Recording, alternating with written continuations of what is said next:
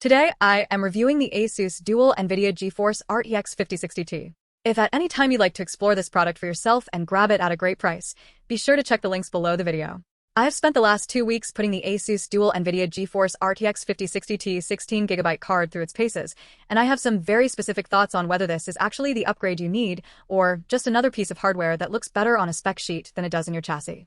If you're curious about the current pricing or want to check out the technical specs for yourself, you can always find the links below this video. When I first unboxed this card, the first thing that struck me was the build quality.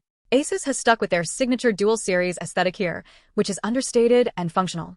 It is a 2.5 slot design, which makes it remarkably easy to fit into smaller cases, and that is a major selling point for the SFF-ready certification. If you are building a small form factor PC, you know the struggle of finding a card that doesn't choke your system for air. The Axial-tech fans here are a real improvement over previous generations. They have a smaller hub which allows for longer blades, and that barrier ring really does force more air down into the heatsink. In my testing, even when the card was under heavy load in a cramped case, it stayed surprisingly quiet. The 0 decibel technology is also a nice touch for when you're just browsing the web or doing light productivity work, as the fans stay completely off until the card hits a specific thermal threshold.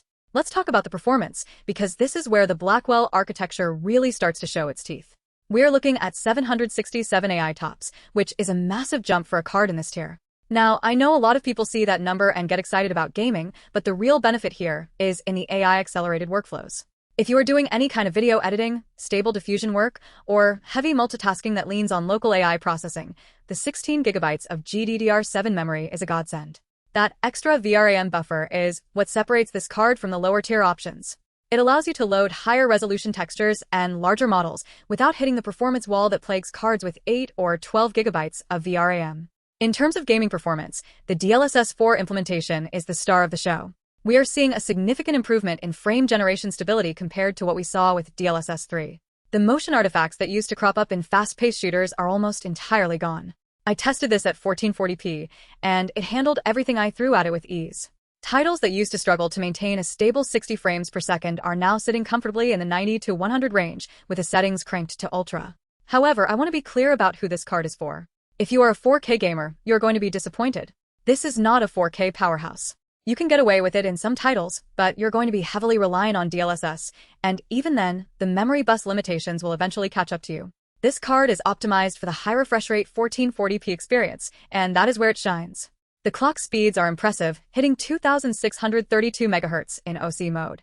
I did notice that the card stays very consistent with these clocks, which speaks to the quality of the power delivery and the cooling solution ASUS has packed into this dual fan setup. I did not see any significant thermal throttling during my stress tests, which lasted for several hours at a time. The shift to DisplayPort 2.1b and HDMI 2.1b is also a smart move for future-proofing. If you have a high-end monitor that supports these newer standards, you will appreciate the extra bandwidth, especially if you are pushing high refresh rates at 1440p or even ultra-wide resolutions. Now, let's talk about the downsides, because no product is perfect. The biggest disappointment for me is the price-to-performance ratio compared to the previous generation of cards. While the Blackwell architecture and the GDDR7 memory are objectively better, the jump in cost might be hard to swallow for some users. If you are currently rocking an RTX 4060 Ti, the performance increase you're going to see might not justify the cost of an upgrade. You are paying for the new architecture, the efficiency, and the AI performance, but if you are purely a gamer, the marginal gains in frame rate might not feel like a massive leap forward. Also, for those who care about the aesthetics of their build, this card is very plain. There is no fancy RGB lighting, no massive heatsink shrouds, and no aggressive gamer branding. Personally, I prefer this look, but if you are building a showpiece PC, you might find the dual series a bit boring.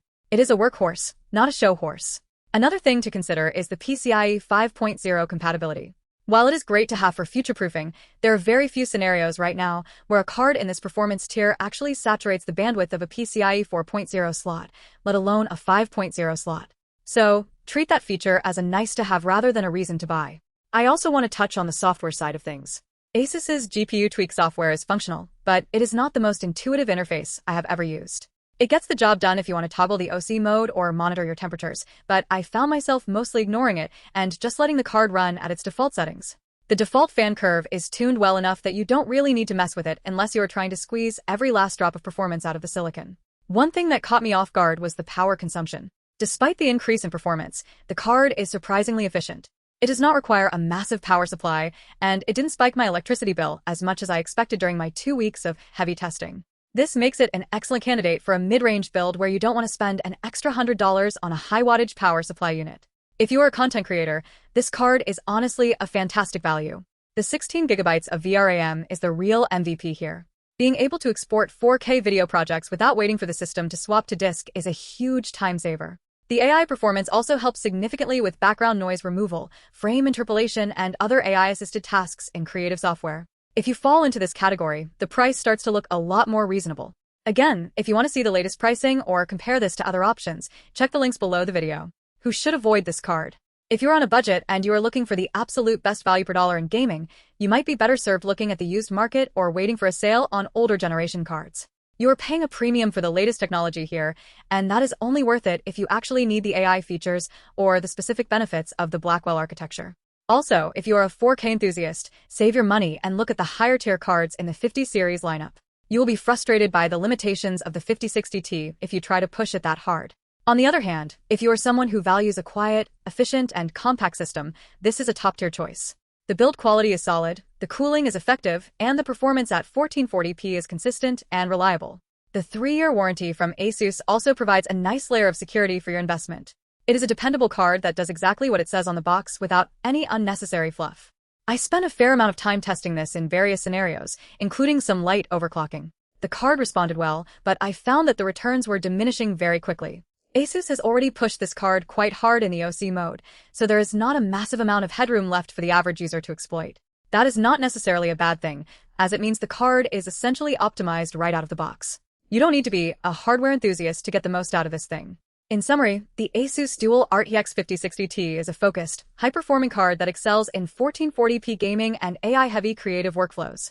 It is not going to change the world, and it is not the cheapest option on the market, but it is a reliable piece of hardware that fits perfectly into a modern, efficient, and compact PC build.